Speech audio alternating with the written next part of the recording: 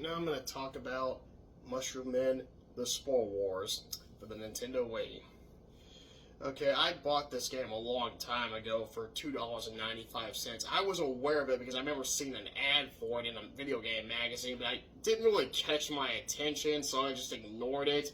But then one day I'm in a video game store, well, a used video game store. I'm browsing around and I see it $2.95. Yeah, that's a deal. So I grabbed it. It was a complete too, so it was a big good deal. Unfortunately, the game is really not that good. The problem mainly is the controls. Mainly because this is one of those 3D action platformers where you are constantly going to have to adjust the camera a lot. I mean a lot, and that is going to get on your nerves. Now, this is a game about this mushroom man named Pax, who basically is trying to find his place in the world, wanders into this area, he meets these other mushroom men. They're doing this little celebration, but he absorbs their meteorite, so he has to go on a quest to find another piece to replace it. The first level is basically more than the tutorial level, how they let you know what to do and everything. Attack is just the traditional shaking the controller. Okay, this remote is what you use to move. You can also block, and you can also tumble roll. You can jump, which of course you can, but if you can't jump again, he'll do use his mushroom head to help him glide down, which is very useful in a number of areas. When you aim the remote at the sensor, this target will appear, and if you see something that has something green growing on it, you can pick it up and throw it at enemies, which is very useful because it causes more damage than a number of your early weapons.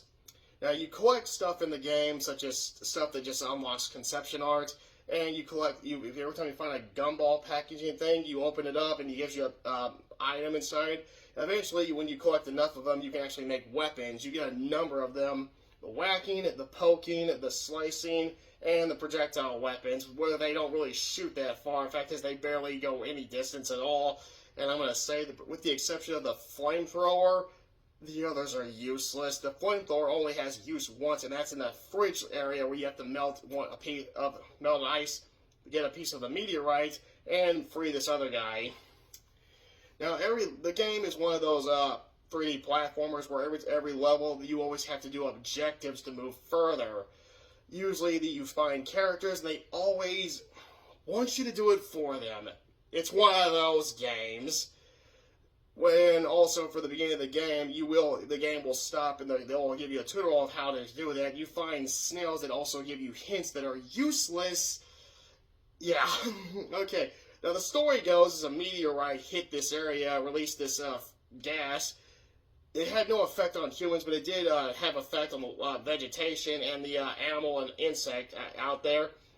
And it created the mushroom people who live in villages and use junk and everything to form of like houses and weapons and all this other stuff. Vehicles too. It's pretty cool. It's one of those cool ideas. It's kind of like what's that movie? 9. Yeah, kind of like a world like that, only with mushrooms and, well, no robot that's killing off all life. But there is a main villain who wants to conquer the world, and of course he wants all the meteor pieces for that. His name is Pester, and he doesn't really show up until level 7. There's only 9 levels. They have a pretty good link to them, but yeah, whenever you have to replay them to go back and recollect all the stuff collect all the stuff that you missed, that causes the levels to drag, and yeah, you're gonna get annoyed by that, especially if you realize you missed one lousy thing. Now, the good news is you don't have to recollect everything. Once you have something, you keep it, so at least there's that. Yeah, the enemies are mushroom men, mice, moles, insects, and the first boss is a star-nosed mole. You cut these cords and drop this pole right on top of it. Second boss is a jackalope. It coughs up apple cords, and when you have to use the remote to get that target on the apple cord, take control of it, and then hit the jackalope, which causes it to run at the dirt pile that you're on. There's these 4 dirt piles or rock piles, whatever they are. When he slams into it, you then hit him, and then you just repeat that 4 times before it's dead. You know, if you see these green things growing out, these plant-like things, you can get extra health of them. His energy is his mushroom cap. Every time he gets hit, a piece of it is missing. You can see his brain. But whenever you fight enemies, when they start bleeding green, if they actually can run and hit those things and refill their energy as well, but only the mushroom man can do that. But whenever they're bleeding, if you get the target on them and hit them, they'll start spinning around, and when they explode, if the explosion gets other enemies, it takes them out as well or damages them even more, which is pretty cool. The first level is just the tutorial level. Second level is a mine. Third level is the what was there? I just had it. Oh yeah, this like shed or house where all these vines are that are alive. They want you to get rid of these rabbits. You do that. You have to. And this is the one where they introduce the leaves that when you see them with the green, he'll throw this green glob at them, and it either will make them lift up, or when you're on them, they'll bounce, or they'll start moving left and right, or whatever. And whenever you see a vines designed like an elevator, hit them, and they'll just raise you and take you to this other area. Okay, the fourth stage is the most annoying one. This is the one where you have to help these guys fend off invading forces, and while the first half you have to defeat all these enemies to free these guys, then the second the second part, you have to turn this valve, which then allows this one to click on this remote that breaks this TV, and there's a valve that turns on this gas, like there's a propane tank on a television. But whenever they sense that enemies are coming, they abandon it and say, "You do it." So you have to do that cliche where you have to move this valve or something, move this valve to get the remote to connect to something. Then you have to go there, either lower it down in both sides and then move it again, then raise it back up until you do that two more TVs, because the remote has to be lined up with the TV where you hit the button to break the glass so that you can turn the valve. And once you do that, that's right when the enemies show up, so there's no time limit at least. The gasoline can explode, opening up the next area. And then you go through there, and what was that next area that I did not like? I think it's whenever you're inside that, oh goodness, I forgot what, that bathroom or something, where there's this one with a blimp with like a rubber duck floaty, and you have to defeat the enemies or he will not help you, and then you have to get these corks out of these things that are blowing steam to help him go higher.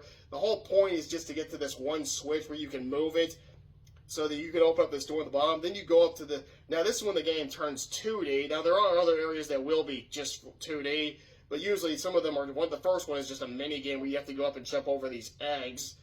This one is just running up this area. Whenever you hit some of the platform, it will start falling, but so that you can just jump up. And this is where the glide cap comes in. Whenever you do the jump you do the glide to the other side. Once you get to the boss, it's a possum. There are acorns on the ceiling that you can grab and throw and hit him, but the rule is you have to not die, because if you do that, he gives you a piece of the meteorite. And there's usually about 10 in each level, and when it comes to the other things, it's usually like 3, 4, or 5 sometimes. But when it comes to that possum giving the meteorite, you're not going to know that unless it's by luck, or if you basically do die and you're like, where's that other piece? You're of course going to have to be like me and turn to the internet if you look up one of those walkthroughs, because I was like, where's that final piece? I'm like, oh, you kids can't die at the possum fight. The good news is you can die during the level, you just can't die with him. Okay, after you defeat the possum, you then go to the next area, which is, goodness gracious, God, you gotta remember all these things. Oh yeah. This level where you're in this like clock or tower, there's all these gears and everything, so it's like I don't know what it is, but there's a lot of gears, and this one guy, he's going to packs the whole story, but at first he wants him to turn this on, and turn that on, and turn that on. You got to do switches, valves, defeat enemies, because he'll trap you in the rooms, and won't let you out until you get rid of all the enemies. He's annoying as heck. That little thing that mushroom man that's you're trying to help you, you're trying to help. Well, once you do all that annoying switch flipping and all that stuff to get get the clock gear moving, oh boy. Then you gotta activate a crossbow and you start shooting off mushroom men that are, I almost said mud, mushroom men that are being brought in by wasps. And then after that, he abandons you to save his own skin, but when you retreat, the whole place explodes. There's no boss in that level. And then the next level is more like, what was that? It was like the samurai level, where you fight these mushroom men samurai, but every time you defeat one, those items that you have to collect for conception art, they automatically give you them, so you don't have to look for those. You still have to look for the gumball containers that contain stuff for your weapons, and then you still have to look for the meteorite pieces. And yeah, this was a level that will go in a continuous loop until you find all these guys. The good news is they still are there lined up, so if you're gonna find them, the big one, the Earth one, he's the most annoying. But and there's also the two that hide up on the bamboo trees or whatever they are. You have to slice those down before you can start hitting them, but they keep regrowing, so you're gonna have to slice them again. One attacks you in the water, but you have to drain it first before you can to fight him a lot easier. And the first one attacks you right at the beginning of the game, and so he's the one that's going to be the easiest. Okay, once you defeat them, they bow down, reward you, but they refuse to go with you any further because they said this is not their area. Wusses. Okay, this level, the next level, this is one of those levels where you just have to, you find this captured cactus. He's missing his arm, so you gotta go through all this heck to get him his left and right arm. It's really annoying, and yeah, this is not a fun level, especially if you have to replay it a number of times to try and find everything. Once you get him his arms back, he goes and meets the General. The General is the biggest mushroom in the game. You see him in the clock level in a window as he just comes walking by while you're fighting enemies. But when you go to his lair, he warns you not to come. But he gave me a second warning, but I didn't want to know what the third one was. The third time, I didn't want to risk it, so I just got out of there. When you get the cactus character, he meets him in combat, but first you have to defeat a wave of enemies. Then he attacks you, the big mushroom, and the little mushroom is actually able to poke him in the feet and fight him. I'm like, what kind of general is this? But before you fight him, you do see Pester with collecting all these meteor pieces, and then oh goodness, the fight moves to this lava-like area where you have to go up these platforms, activate these two switches to get these leaves to open, and then you have to grab this skull fist and bring it down, and it hits the general in the head, making him dazed, and then the cactus guy smiles in joy, and then he just rams himself into the general, and both of them fall in the lava. I'm like, I don't think you needed to sacrifice yourself, because even Pax looks down and nods, no, like, why did you do that? The 8th level is, what was the 8th level? Oh yeah, the more like this big chunk area. At first, you start off at kind of like a pond-like place. Then you move into where they're holding this turtle captive, and Pester, you pursue him through all the area, but eventually he turns the place upside down and frees the turtle. The turtle's the only boss in the game that is not an evil. It's basically just corrupted. They has these things growing on them. You just have to throw that green stuff on to get rid of them. First on the front of its legs, then 3 on the head, then 3 on the back of its legs, then 3 more on the head, and after that it's free. And it just helps you go to where Pester is, which is the trailer, which is the final level. This is the grossest level in the game. There's like spilled Chinese food and all this other stuff that has cockroaches and spiders coming out of it. You see wasp nests on the wall. It's just disgusting. You really, this is a level that might make your skin itch. It's that nasty. When you're getting rid of, you can actually destroy the stuff that they're coming from, including the Chinese food and all that stuff. And when you do that, you're like, man, I'm doing the guy who lives here a favor, and I'm cleaning up this pigsty of a house of his. Trailer of his, there it is. And then the final area where you fight Pester, it's the robot wife. Now Pester, I think, has claimed this as his bride, but it might be the guy who owns the trailer. It's like this giant mechanical woman with a television head that has a woman on the screen, woman's head on the screen. And there's a little mutated chihuahua with an antenna coming out of its head running around the level. First, you have to go up on these stack of like VHSs, knock down the ironing board, activate this robot to break this foot down, get up there, and when Pester sticks his mushroom in, one of the arms, you can actually activate it as a vacuum to get rid of them, or you can just fight them to get more energy. And he will throw meteor pieces or like rocks at you. You just have to take control and throw them back. But first he does 1, then he does 2, then he does 3. You have to be careful because when he does 2, if you grab the first one and throw it, it'll hit the one behind it and destroy it. And when he appears on the screen with you, you can either reflect it or you can just attack him. But the point is to get him stunned where he'll be in front of the vacuum and then to activate it. Then he goes to the head, and then you go there automatically. You have to destroy the 3 cords, which causes the head to fall over or fall back. And now you fight him on the screen. And this is actually a pretty easy fight. He's not that hard for this part.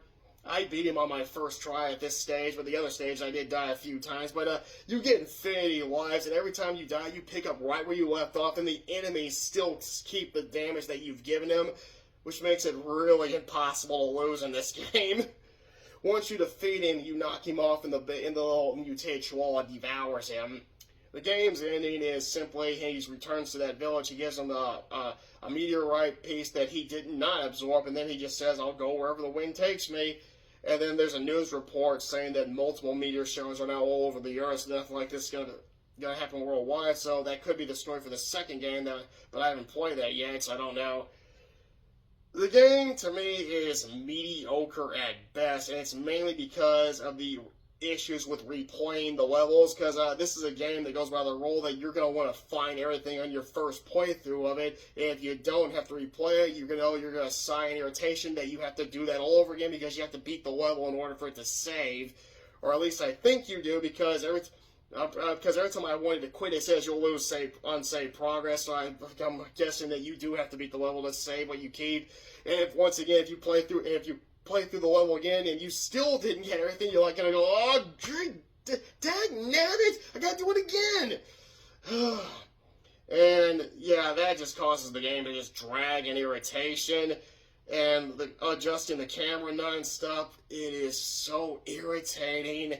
I think I can understand why this game did not take off. It's not that great. Like I said, it's mediocre at best, and when I paid $2.95 plus tax, to me, that's what the game was worth. So if they do a re-release of this game and they want $4.99, that's highway. No, tell them, no, wait for a deal and wait for it to be like $1.99 or something like that. Do not pay anything higher than what I paid for this game because it is not that good. Oh, goodness. Well, maybe one day we'll get a remake, and if they do remake it, I actually would prefer if they just make it a 2D action platform, because to me that would have been a better idea. The DS might be that. I haven't played it yet. I'll probably have to look up footage and find out if it is or not, but yes, this really should have been a 2D game.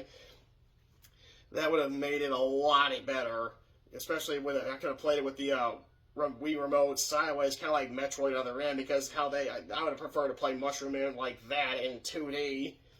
Oh, well, maybe someday we will, but until then, we're stuck with this one. Okay, thanks for watching, and I'll see you next time.